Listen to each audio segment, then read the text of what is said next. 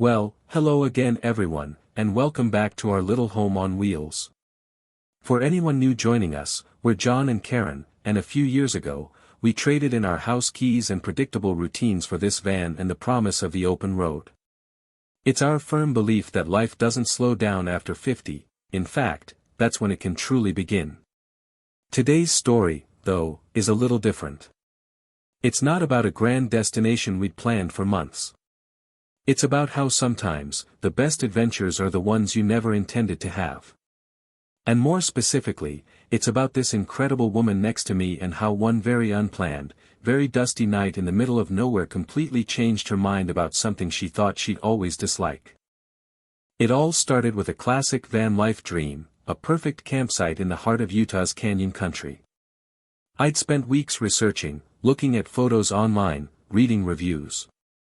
This place was the stuff of legends, a small, intimate campground nestled right against a sheer cliff of red rock, with ancient junipers providing shade and a babbling creek nearby. It was the kind of place you see on postcards, the kind of place that makes you feel like you've truly made it. "Are you sure we'll get a spot, John?" Karen had asked that morning as we packed up from our previous location. Her voice had that familiar blend of hope and skepticism.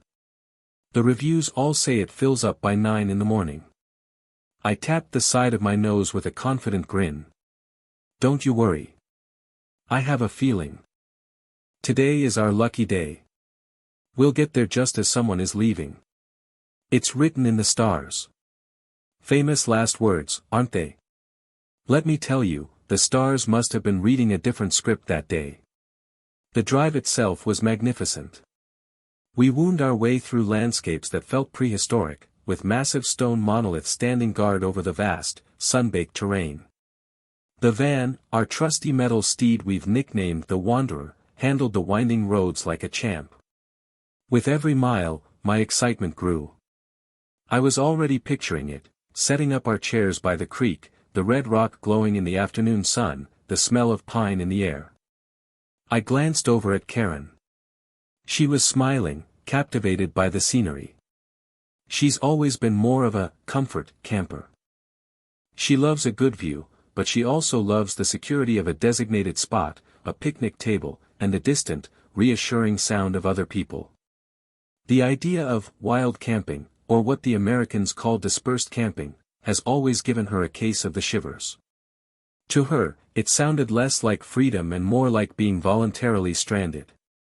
"It is beautiful out here," she admitted, her eyes wide. "I just hope our spot is as nice as the pictures." "It'll be better," I promised, brimming with an optimism that, in retrospect, was practically begging for a cosmic slap. We turned off the main highway onto the long, gravel road that led to the campground. A cloud of dust billowed out behind us, a golden plume against the deep blue sky. We passed a sign that read, "Creekview Campground, 2 miles." I felt a little jolt of victory. We were almost there. The perfect day was unfolding just as I had envisioned. And then we saw it. About a quarter-mile from the entrance, there was a small, handwritten sign zip-tied to a post. In big, unforgiving letters, it said, "Campground full." My heart sank. Not just sank, it plummeted. I slowed the van to a crawl, as if driving slower might somehow change the words on the sign. "Oh," was all Karen said. It was a quiet "oh," but it was loaded with the weight of "I told you so, and now what?" No, that can't be right," I muttered, more to myself than to her. "Someone might be leaving. Let's just go check." We pulled up to the entrance, where a friendly but firm-looking park ranger was talking to another hopeful driver in a giant RV. The ranger saw us, gave a sympathetic shrug, and pointed to the "full" sign again as if for emphasis. The dream was officially over. The perfect campsite, the babbling creek, the postcard view, all occupied. I rolled down the window as the ranger ambled over. He had a kind, weathered face and a mustache that had probably seen more sunrises than I've had hot dinners. "Sorry folks," he said, his voice a gentle rumble. "Full up. Been that way since before dawn." I felt my shoulders slump. Anywhere else around here? Another campground? I asked, my voice laced with desperation. The ranger stroked his mustache thoughtfully. Well, the next established campground is about 40 miles back the way you came. Or, he paused, looking our van up and down, you could try the dispersed camping area. It's about 5 miles further down this road. Just find a pull-off that looks good to you. No facilities, mind you. Just you and the desert. I could feel Karen stiffen beside me. The words, no facilities and just you and the desert, were the two phrases least likely to bring her joy. This was her absolute anti-campsite. I, on the other hand, felt a tiny, traitorous flicker of excitement. I'd always wanted to try it, to be truly out there. But I knew this was not the time to push it. What's it like? I asked, trying to sound neutral. It's open, the ranger said, choosing his word carefully. Flat. A bit dusty. Not as pretty as in here, that's for sure. But the stars at night, well, you can't beat 'em. Your rig looks like it can handle the road. Just pack out what you pack in. He gave us another sympathetic smile and wandered off to disappoint the next car in line. I turned to Karen. Her face was a perfect mask of polite resignation, but I know her better than anyone. I could see the disappointment in her eyes. This wasn't the adventure she had signed up for today. Well, I said, trying for a cheerful tone. What do you think? An adventure into the dusty unknown? She let out a long, slow sigh. Do we have a choice, John? It's either that or drive another hour back. Let's just go see what this open and dusty place looks like. And so, with the ghost of our perfect campsite lingering in the rearview mirror, we drove on, deeper into the desert, towards a night that would turn all our expectations completely upside down. The road deteriorated almost immediately. The smooth gravel gave way to a washboard track pockmarked with ruts and rocks. The wanderer bounced and jostled, and every rattle of our cutlery drawer felt like a small complaint about the turn of events. The landscape, which had seemed so majestic from the paved road, now felt stark and intimidating up close. The majestic red cliffs were still visible, but they were distant, hazy shapes on the horizon. Around us was a flat expanse of sagebrush, scrubby bushes, and pale, sandy soil. It wasn't ugly, exactly, but it was monotonous. It lacked the drama and charm of Creekview. I see what he meant by open, Karen commented dryly, her hands braced on the dashboard. Character building, I said, trying to make a joke. It fell flat. The silence in the van was as wide and empty as the terrain outside. We passed a few pull-offs, each one looking more desolate than the last. A couple were already occupied by other vehicles that had clearly met the same fate as us. We exchanged glum waves with their occupants. We were all members of the Campground Full Club. After what felt like an eternity, I spotted a small, unmarked track leading off to the right. It didn't look like much, just two faint lines in the dirt, but it seemed to head towards a slightly elevated patch of ground. What about in there? I suggested. Might be a bit more private. Karen just shrugged, her enthusiasm completely drained. Fine. Anywhere is fine, John. Let's just stop. I eased the van down the track. It was sandy, and for a heart-stopping moment, I thought we might get stuck, but the wheels found purchase and we rolled into a small, circular clearing. It was nothing. A flat patch of dirt surrounded by low, gray-green bushes. In the distance, we could see the main dirt road. There was no creek, no shade, no dramatic rock face. It was the most profoundly underwhelming campsite we had ever chosen. This was it. Our home for the night. I turned off the engine, and the silence that rushed in was absolute. It was a heavy, profound silence, broken only by the faint whisper of the wind through the sagebrush. I looked at Karen. She was staring out the windshield with an expression I couldn't quite read. It wasn't anger, just a deep, bone-weary disappointment. "This wasn't exactly what I promised, was it?" I said softly. She turned to me, and a small, sad smile touched her lips.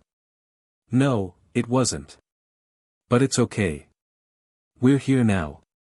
Let's just make dinner." Her practicality was one of the things I loved most about her. When things went wrong, she didn't panic, she focused on the next logical step. And the next logical step was food. We went through the motions of setting up. I leveled the van, which was surprisingly easy on the flat ground. Karen got out the ingredients for pasta. We didn't bother putting out the awning or the chairs. What was the point? There was nothing to look at but dust and bushes. The mood was subdued. We worked around each other in the small space of the van, the usual easy banter replaced by a functional quiet. It felt less like an adventure and more like a chore. I found myself feeling a pang of guilt. I was the one who had built up the expectations, who had sold her on this perfect vision. I had led us here, to this patch of dirt. I think, in that moment, we both felt a little bit of the shine come off our grand van life experiment. It wasn't always epic views and beautiful campsites. Sometimes, it was just this. A dusty pull-off and a plate of pasta. As Karen stirred the sauce, the setting sun began to work its magic. We were so focused on our own glum feelings that we almost missed it. The light started to change, shifting from the harsh white of midday to a soft, golden yellow. It slanted across the landscape, suddenly picking out details we hadn't noticed before, the delicate, silvery leaves of the sagebrush, the subtle textures of the sand, the deep purple shadows that began to pool behind every rock and bush. "John, look," Karen said, her voice quiet. I turned from where I was setting our small table and looked out the open side door. The sky was on fire. Because there were no mountains or trees to block the view, we had a full, 180-degree panorama of the sunset.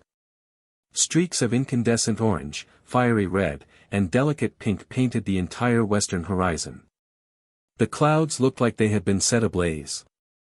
The distant cliffs, which had seemed so far away, now glowed with an intense, fiery light, as if lit from within.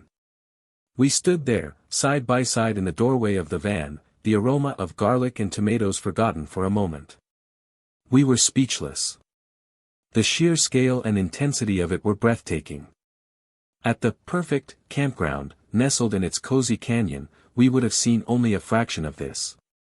Here, in this ugly, open spot, we were getting the whole show. That was the first crack in Karen's skepticism. A tiny chink in the armor of her disappointment. "Well," she said, finally breaking the silence. "You can't deny the view." "No," I agreed, a smile spreading across my face. "You certainly can't."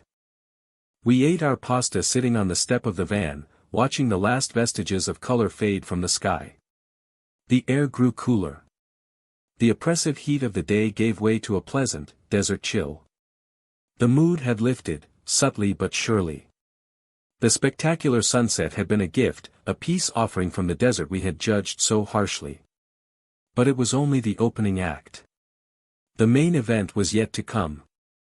As the twilight deepened into true darkness, something incredible began to happen.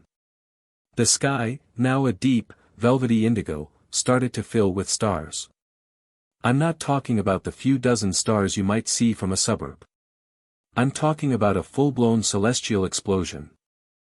Away from any city, any town, any campground light whatsoever, the Milky Way blazed across the sky like a luminous river of diamond dust. It was so bright, so detailed, you felt like you could almost reach up and touch it. "I've never seen it like this," Karen whispered, her head tilted back, her face awash in the faint starlight. "Not even when we were kids." "This is what the ranger meant," I said, equally awestruck. "No light pollution. Nothing." We grabbed our camp chairs, the ones we hadn't bothered to take out earlier, and a thick blanket. We set them up a little ways from the van, right in the middle of our dusty patch of nothing, and sat down. We just sat there for a long time, not talking, just looking up. Shooting stars streaked across the darkness, brief, brilliant gashes of light. Satellites traced their slow, steady paths. The universe felt vast and close all at once. It was humbling and exhilarating.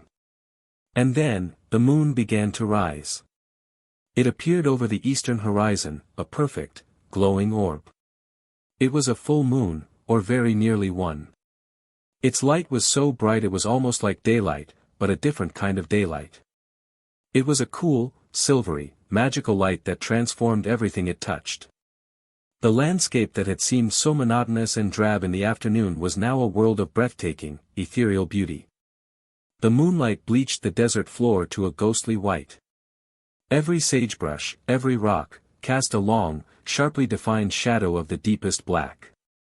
The world was reduced to silver and ink. It was stark, graphic, and utterly mesmerizing. The distant cliffs were no longer red, but pale, shimmering phantoms floating against the star-dusted sky. The silence was no longer heavy or oppressive. It was alive. It was filled with the immense, quiet presence of the desert at night. We could hear the gentle sigh of the wind, the distant, lonely cry of a coyote, the faint skittering of some small, nocturnal creature in the bushes. We were utterly alone, but we didn't feel lonely. We felt like we were the only two people in the world, privileged witnesses to a secret, moonlit performance. Karen, who had been so tense and quiet just a few hours before, was completely relaxed beside me. She had the blanket wrapped around her shoulders, and her face, illuminated by the moonlight, was filled with a look of pure wonder. The kind of look I hadn't seen on her face in a very long time. It was a look of unadulterated, childlike awe. "This is," she started, then trailed off, searching for the right word. "This is incredible, John. Just incredible. It is, isn't it?"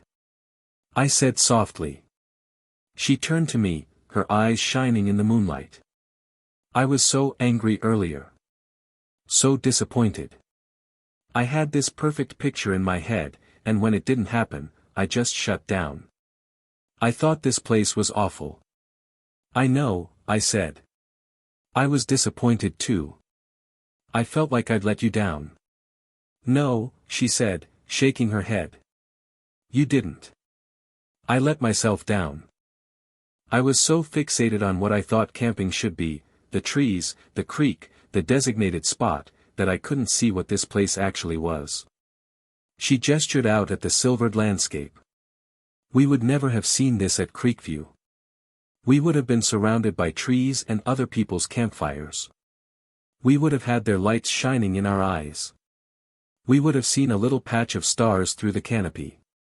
But this is everything. The whole sky." She leaned her head on my shoulder, and we sat in comfortable silence for another long while, just soaking it all in. The air was crisp and clean. The world felt vast and peaceful.